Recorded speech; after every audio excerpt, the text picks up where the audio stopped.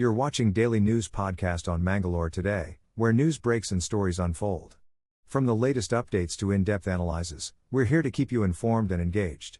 Let's get started. In a shocking discovery, the human skeleton found hanging from a tree inside Akshaya Farm at Talapady Devipura has been identified as that of Rahul Kumar, a native of Bihar living in Manjeshwar. The skeletal remains were found with documents linking them to Rahul Kumar, who had been reported missing in Kerala 2 months ago. Upon investigation, police found a skull, bones, clothes, and personal belongings of the deceased. The decomposition suggests the death occurred months ago. Despite the farm being enclosed by a compound wall, the mystery of how Rahul Kumar entered the premises persists. Ullal police are diligently pursuing further leads in this case. In an operation led by PSI Raghunayak, Surathkal police arrested 3 individuals for illegal animal slaughter in Chokabetu, Mangaluru taluk. The accused, including Imyaj, were caught slaughtering calves to sell the meat illegally. Imyaj, with a history of 9 cases in different police stations, is now in judicial custody. The authorities are taking steps to seal the house used for these activities. The raid was conducted under the guidance of Inspector Pramod Kumar P. and overseen by Assistant Commissioner Shrikant K., following instructions from Police Commissioner Sudhir Kumar Reddy. Let's hope such actions help curb illegal activities in the region. The Sharada Festival procession in Ullal faced a hurdle as BJP District President Jagadish Kuvettbail accused the police of disrupting the celebrations. Kuvettbail claimed that the police intentionally interfered with the well-organized event, leading to the detention of 3 individuals. This action was strongly condemned by the BJP leaders, who demanded the immediate withdrawal of cases filed against 150 people, warning of potential agitation if their demands are not met. The BJP's press conference at the Ullal Press Club was attended by senior party members and community leaders, underscoring their commitment to ensuring smooth conduct of cultural events in the district. In a tragic incident near Ambajilu Junction in Udupi, a fatal collision occurred between a private bus and a bike on Tuesday night. The bike rider, identified as Ravi Pujari from Subramanya Town, Puttur, lost his life in the accident. The private bus, en route from Kundapur to Udupi, collided with the bike, causing the rider to fall under the bus and suffer severe injuries. Despite being rushed to a private hospital in Udupi, the rider succumbed to his injuries. The Udupi Traffic Police have registered a case regarding the incident. Our thoughts are with the family and loved ones of the deceased during this difficult time. In a tragic incident near Mura Junction on the Mani-Mysuru Highway, a woman identified as Apurva K. Bhatt from Kedila, Puttur, has passed away after battling for her life for 134 days. The fatal road accident occurred on May 27th when a speeding private bus collided with the car Apurva was traveling in with her father, Eshwar Bhatt. The impact of the crash left the car completely mangled, resulting in injuries to Apurva, her father, and her young daughter. While the other family members recovered from their injuries, Apurva remained in critical condition. Despite receiving medical care at a hospital in Mangaluru, she tragically succumbed to her injuries on Tuesday night. Our heartfelt condolences go out to the family and loved ones of the deceased. In a major breakthrough, the Surathkal police nabbed a notorious interstate vehicle thief from Kerala, Hamza Kupakanda, at Hamzapanan, 29. The police recovered a stolen pickup truck and motorbike following his arrest. The pickup truck was stolen from Kulai under the Surathkal police station limits, while the motorbike was lifted from near Forum Mall in Mangaluru South police station limits. The accused, who has a criminal record with 17 theft cases in Kerala, was found moving suspiciously on the bike and failed to produce valid documents. Interrogation led to his confession about stealing the pickup truck. The total worth of the recovered vehicles is estimated to be around 3.1 lakh. Hamza Kupakanda has been presented before the court and has been remanded to judicial custody. In a recent crackdown, the Bark police conducted a raid at the Amantrana shop in Lalbagh, Mangaluru, seizing a significant amount of illegal items. The raid led to the confiscation of 847 e-cigarettes, 10 packs and 86 additional packs of Indian and foreign cigarettes without mandatory health warning images, and 25 hookah devices. The total value of the seized items amounts to around 2,745. The shop owner Shivu Deshkoti, along with Santosh and Ibrahim Ershad, are facing legal action. Stay tuned as the investigation by the authorities progresses. In a significant development, Mangaluru North Police have apprehended an absconding accused after almost 12 years.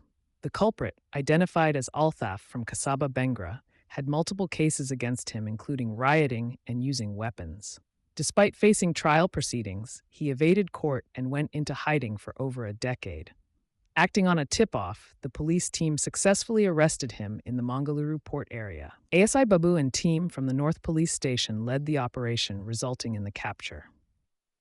The accused has now been remanded to judicial custody after being produced before the Mangaluru court. The prestigious Nobel Prize in Chemistry for the year 2025 has been awarded to Susumu Kitagawa, Richard Robson, Richard Marem Yagi, for their outstanding work in developing metal-organic frameworks. These frameworks with molecular architecture have revolutionized various fields by allowing the flow of molecules for tasks like water harvesting from desert air and capturing pollutants. The laureates have opened new opportunities for chemists to address global challenges. Sharing the honor equally, Susumu Kitagawa from Kyoto University, Richard Robson from the University of Melbourne, and Omar M. Yagi from the University of California have been recognized for their groundbreaking contributions to science. This award adds to the legacy of past winners like David Baker, Demis Hassabis, and John M. Jumper, highlighting exceptional achievements in the realm of chemistry. The Nobel Prize, established by Alfred Nobel, continues to celebrate individuals who greatly benefit humankind across various disciplines. In a shocking incident in Gangavadi, Karnataka, a prominent BJP youth wing leader, Venkatesh Kuruba, was brutally murdered by a group of assailants early this morning. The 31-year-old president of BJP Yuva Morcha in Gangavadi was attacked by men armed with knives and machetes after his bike was rammed by a car. The disturbing CCTV footage captured the assailants repeatedly striking Venkatesh before fleeing the scene. The superintendent of police confirmed that the murder was a revenge killing stemming from Venkatesh's involvement in assisting police in a past case. As the investigation progresses, 4 individuals have been detained for questioning. State BJP Chief Y. Vijayendra expressed deep condolences over the tragic demise of Venkatesh and prayed for his soul's eternal peace. The police are examining all angles of the crime, including how the attackers knew of Venkatesh's late-night travel plans. The friends of Kuruba, who witnessed the horrific incident, have reported that the group of attackers numbered between 7 to 8 individuals. In a bid to seek justice for the tragic stampede incident in Karur that claimed 41 lives, the Tamalaga Vetri Kazagam TVK party, led by actor C. Joseph Vijay, has approached the Supreme Court. The party is challenging the Madras High Court's decision to form a special investigation team, SIT, comprising only senior officers of the Tamil Nadu Police. TVK has requested an independent investigation led by a former Supreme Court judge, citing concerns about the impartiality of the state police. The High Court had criticized the party for its alleged conduct after the tragedy, which TVK has contested, claiming they promptly provided aid to the victims. The Supreme Court is set to hear the plea on Friday. The tragic incident occurred during a rally where nearly 27,000 people had gathered, exceeding the expected turnout, leading to chaos and the unfortunate loss of lives, mostly women and children. In a proud moment for the nation, the 93rd Indian Air Force Day was celebrated at the Hindon Air Force Station with great fervor and respect for the valiant personnel safeguarding our skies. The event paid a special tribute to Operation Sindoor, a pivotal chapter in the IAF's history. The top military leadership, including Chief of Defense Staff General Anil Chauhan, Air Chief Marshal A.P. Singh, Army Chief General Upendra Dwivedi, and Navy Chief Admiral Dinesh K. Tripathi, graced the occasion. Air Chief Marshal A.P. Singh inspected the grand parade featuring fighter jets and personnel who displayed exceptional bravery during Operation Sindoor. This operation showcased India's air power through swift deployment in response to the Pahalgam attack, reiterating the IAF's prowess in safeguarding the nation's interests. Despite the evolving geopolitical landscape, the IAF remains at the forefront of protecting Indian airspace with dedication and unwavering spirit. In a shocking incident in Karnataka, a man named Salman Pasha attempted suicide live on Facebook, alleging harassment by his wife and her relatives in Bengaluru.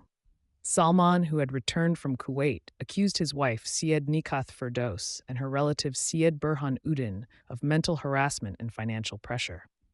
He claimed his wife had an illicit relationship with Burhan Uddin and denied him access to their children. Salman, currently undergoing treatment at Tumakuru District Hospital, accused the women's police station of bias. However, his wife denied all allegations, stating that Salman had previously made threats against her. Salman's family has lodged a complaint with the police seeking a fair investigation. Police are conducting inquiries to verify statements from both sides before taking further action in the case. In a tragic incident in Kunagal Taluk, Tumakuru district, 6 members of a family were swept away in the canal of Markonahali Reservoir. The bodies of Sadia and Harbin have been found, but Tabassum, Nipra, Shabana, and Mohib are still missing. The authorities, including the police and fire and emergency services, are conducting search operations. The group had gone for a visit near the reservoir and around 10 people entered the water. Sadly, only a few survived and are currently receiving medical treatment. Our thoughts are with the affected family during this difficult time. In a tragic incident in Bilaspur district of Himachal Pradesh, a massive landslide hit a private bus on its way to Gumarwin from Marotan, leading to the death of at least 15 passengers, with some feared trapped under debris. Rescue operations are ongoing with 2 siblings, Arushi and Shaurya, among the rescued.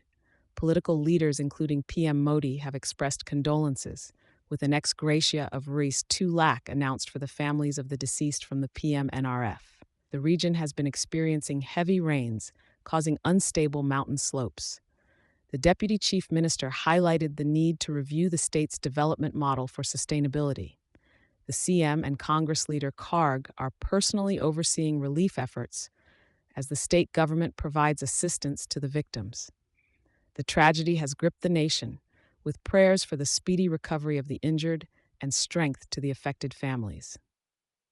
In today's headlines, Prime Minister Keir Starmer has announced that Britain will not be pursuing a visa deal with India. The decision comes as Starmer looks to strengthen economic ties following a recent trade agreement between the 2 countries. Starmer is currently in India for a 2-day trip, leading a trade mission with businesses to promote the newly agreed-upon trade deal. He emphasized that visas had been a stumbling block in the past for trade agreements, but clarified that visas will not be revisited during his discussions with Indian Prime Minister Narendra Modi. Starmer's visit aims to make the most of the free trade agreement already in place, with a focus on attracting top talent to Britain. Stay tuned for more updates on this developing story. In the latest update on the Bhutan vehicle smuggling case, the Enforcement Directorate ED intensified its investigation by conducting searches at 17 locations in Kerala and Tamil Nadu, including the residences of popular actors Dulquer Salman and Mammootty. The ED's Kochi unit raided multiple properties belonging to Dulquer Salman and Mammootty as part of the ongoing probe into the smuggling of high-end luxury vehicles. The investigation is focusing on a syndicate involved in illegal import and registration of cars such as Land Cruiser, Defender, and Maserati through unauthorized routes. Officials suspect violations of FEMA regulations and alleged cross-border payments through fraudulent means. Meanwhile, the Kerala High Court has allowed Dulquer Salman to file for the provisional release of his seized vehicle and directed the Customs Preventive Department to consider his plea within a week. The investigation has revealed connections to smuggling activities related to gold and drugs. That's all from us today. We sincerely thank you for tuning in. For more details on the stories you've heard and for continuous news coverage, please visit mangaloretoday.com. Subscribing ensures you're always updated. Farewell, until our paths cross again.